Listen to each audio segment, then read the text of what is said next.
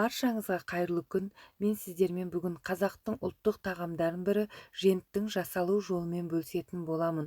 Ол үшін талқанға бөлме температурасында тұрған 85-2% сары майды қосып, жақсылап мыжып араластырып аламыз. Үстінен қойытылған сүтті қосып, басы біріккенше араластырамыз.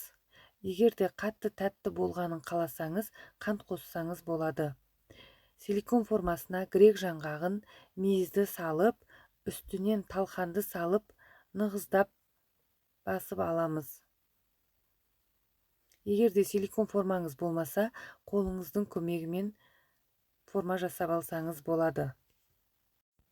Формаға жақсылап тығыздап салып алғаннан кейін 1 сағатқа тоңазытқышқа қойып аламыз.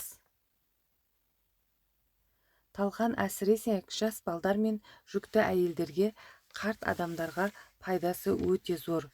Ғалымдардың айтуы бойынша, күніне 200 грамм талқан жеген адам қаназдық ауруынан толығымен айығады екен.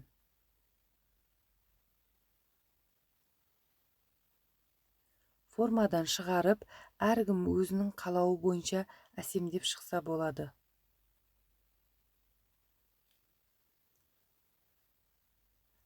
Егер де рецепт ұнаса, лайк басып коммент жазыңыз.